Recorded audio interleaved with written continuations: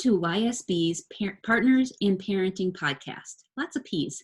My name is Mary Gugesberg, and I'm the Youth and Family Education Coordinator. And we at Youth Service Bureau, our mission is helping youth and families learn the skills they need to be more successful at home, in school, and throughout our community. One way that we're living out our mission is by creating online education, and that is through podcast. Today I have a guest with me. Her name is Amy Riedel, and we were talking about the importance of being resilient in unknown times. So Amy, can you just tell me a little bit about you and why this topic is important to you? Absolutely. Thank you. And I'm really excited that you're doing this, Mary. I think this is absolutely amazing that you are putting out content during this unknown time. So I'm a youth and family therapist with Youth Service Bureau, YSB, and I really am passionate about resilience because I think that it is so innate in our spirit and it can help us pull through difficult times. And I think one of the things to think about during this time when we're kind of stuck at home and we're not in school and we're dealing with a world that we haven't experienced before is really thinking about how can I not only bounce back, which is often what we think about with resilience, but how can I bounce forward? How can I use this time to move my energy and my relationships? How can I move it forward? That's the concept of bouncing forward is from Linda Graham. She's an author and an LMFT, and she's phenomenal and really, really knows her stuff with resilience. So a lot of the things that I will be sharing today come from her think tank. So she's awesome. Perfect. And how did you get introduced to this, Ms. Graham? I listened to a podcast on resilience that she did with Michelle Chalfant on the Adult Chair podcast. So we're just sharing knowledge and it just really resonated with me. And so I ended up doing some writing, and then you invited me on here and it just spiraled from there. So very, very grateful to be here. Tell me more about what you mean by bouncing forward. Yeah. It's an intriguing way to look at being resilient. Yeah, absolutely. And this is something that I talk about in my sessions is that we cannot change the past. The past is the past, but what we can do is change our relationship to the past. And so if we start to think about things to allow it to inform us to move forward with wise and informed decisions, that can be really helpful. So we know that the world may make some changes after this. We may have to, wave instead of give handshakes or something like that. But it can also help us to move in a new direction and to use this as energy rather than stagnation and just kind of feeling stuck. Awesome. Yeah, the world is changing, and certainly I think we want to know it in our time. I want my timeline, right? Not this is out of our control. So help me with some ways that I can either guide myself or my children to be more resilient in this unknown time. Yeah, what a great question. I think the first thing that is really, really important is setting some type of routine. For families, that's going to be really, really helpful.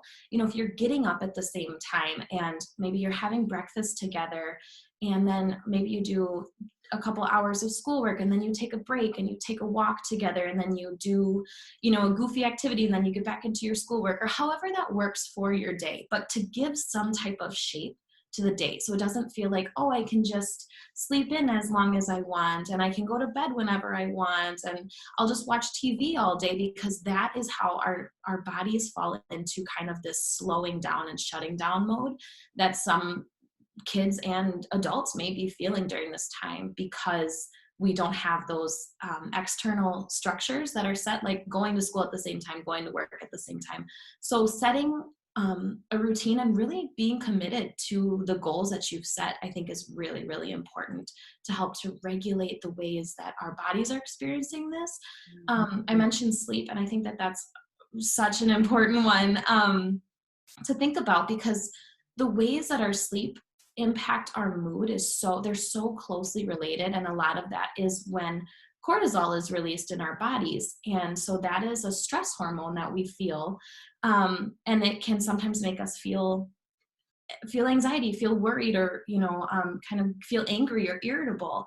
And so if we're throwing off our sleep patterns, that can really throw off when our body releases cortisol. So we may be feeling levels of anger, irritability, depression, anxiety at different times of the day, which can make it really hard to keep to that same structure that we talked about. Sure. Thank you for addressing the sleep, because I was going to bring that up. So I appreciate that. What's another way that I, as a parent, or my children, can be more resilient in these unknown times?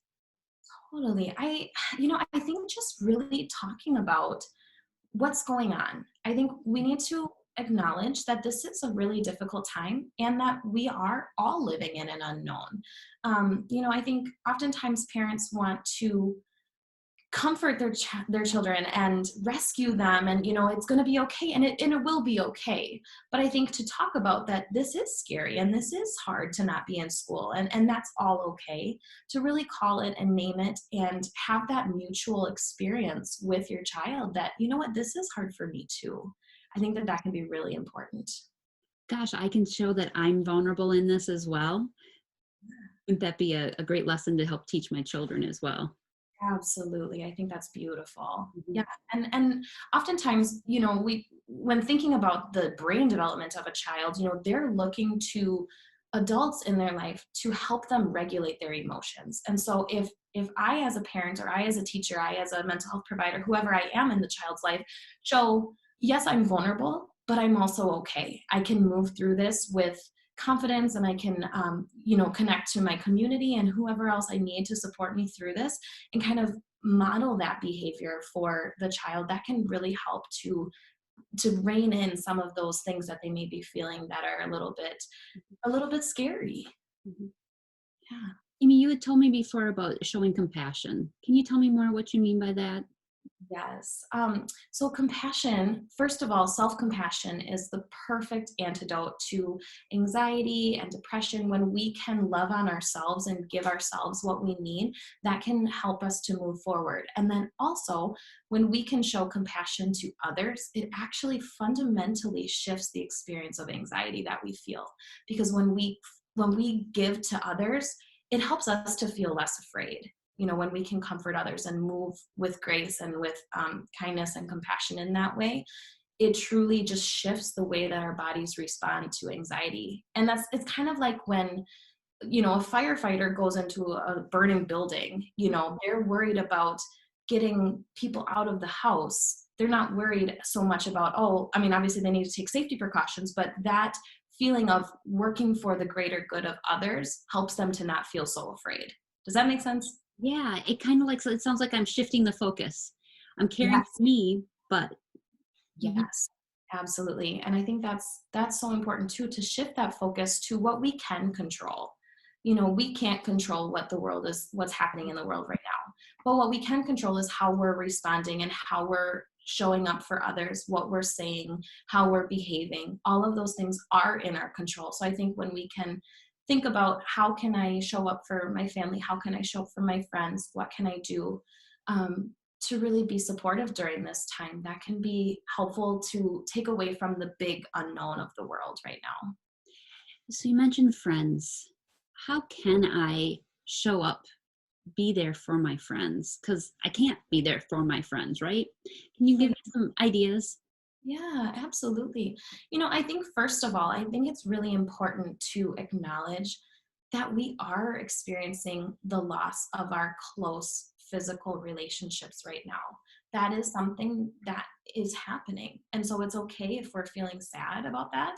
But also, I think it's really important if we can continue to make connections through the gift of technology that we have right now, like through video, through text, maybe you're playing some games. And that's something that I think parents should be aware of, is just kind of shifting the expectations around screen time right now if they're connecting with friends or family members, important people in their child's life. I think that can be really, really important. And also, thinking about gaming, that may be something that parents have strict guidelines around, but maybe that's a community for that child at this time. And, kind of just allowing flexibility in our expectations right now, I think can be really helpful. Yeah, and I can see that community being part of that resiliency. My friends have been with me through this other situation in my life, and it'll help carry. Do you have another suggestion? I think when we are feeling kind of that revved up, anxious or worried feeling, really taking some deep breaths can be helpful. And what I like to share is if we can do it with a counting rhythm, our bodies crave to be in rhythm. And so if we can, set it for eight breaths or 8 counts in and 8 counts out, and then maybe hold for 4 and like get your body in a rhythm, that can be helpful. Even like swaying can be helpful, like if you do it nice and calmly to help your body get in that rhythmic progression, that can be really helpful. Also, I think putting your hand over your heart when you're talking to a loved one, if you're on screen, or like gently rubbing your arm, releasing oxytocin into the body, which is called the love hormone. And we need it when we're feeling too much of that stress hormone that I talked about. Physical connection and seeing the face of a loved one on video, getting a hug from mom, or whatever we can do to help to release oxytocin, we definitely need that right now. Sure. I think our pets are getting a lot of extra TLC right now, don't you think? Absolutely. Hey, when we talk a little bit about we all have resiliency inside us, how do I try to live into that resiliency? Do I have a choice? I'm scared. You gave me great guidance around anxiety, but do I have a choice of managing this and being resilient? Yeah, absolutely. And I think you make a great point that it is so innate in all of us, but some of us have had to use these skills before, and sometimes this is our first time using these skills. And so that can be scary. But I think one of the things is to recognize that each moment of our day, we get to choose how we show up. We get to, we can choose, oh, I just want to sleep in and pretend and just kind of wish the day away. Or I can say, you know what, this is tough, but I'm going to put my feet on the floor. I'm going to do something. I'm going to get involved. I'm going to, call my grandma or talk to my teacher or, text a friend, whatever I can do. And then also keeping in mind the goals that you have. All is not lost during this. And I think that that's something that's really, really important to remember. The goals of, finishing out strong academically this year, the goals of meeting up with friends for the summertime, those are not lost. We just may have to be a little bit flexible with what that actually looks like. But that you shouldn't just stop living. I think it's so important to set that structure and to give shape to our days and to find meaning in our days can be really helpful. Yeah, I appreciate when you say set a structure around that. I worry about my own and too much screen time. So it's helpful to know thank you for your guidance. I'm setting a schedule, and I appreciate that they're still in touch with their friends. They need that. I need that for being in touch with my own friends. But boy, good to have that schedule to remind them school also has to be part of that schedule. Absolutely. Mm-hmm. Yeah. I think, do you have any closing reminders for helping people be more resilient? And boy, it's certainly an unknown time right now. It is, and I think the last thing that I'd like to say is that it's okay to not do this perfectly. Show up and do the best that you can. And it's okay that we have off days, and it's okay if we feel down sometimes, but to not let ourselves get stuck in that, to remember that the connections that we have are not lost and the goals that we have are not lost. We just need to be a little bit flexible around this time. And how you said it, we're going to bounce forward, right? We're going to bounce, but we're going to bounce forward, and we'll do it together. I appreciate it. Amy, it's been so nice to talk with you. Thank you. Thank you. Hopefully we'll meet again, and we'll talk some more on other topics. Thanks for what you do. Thank you, Mary.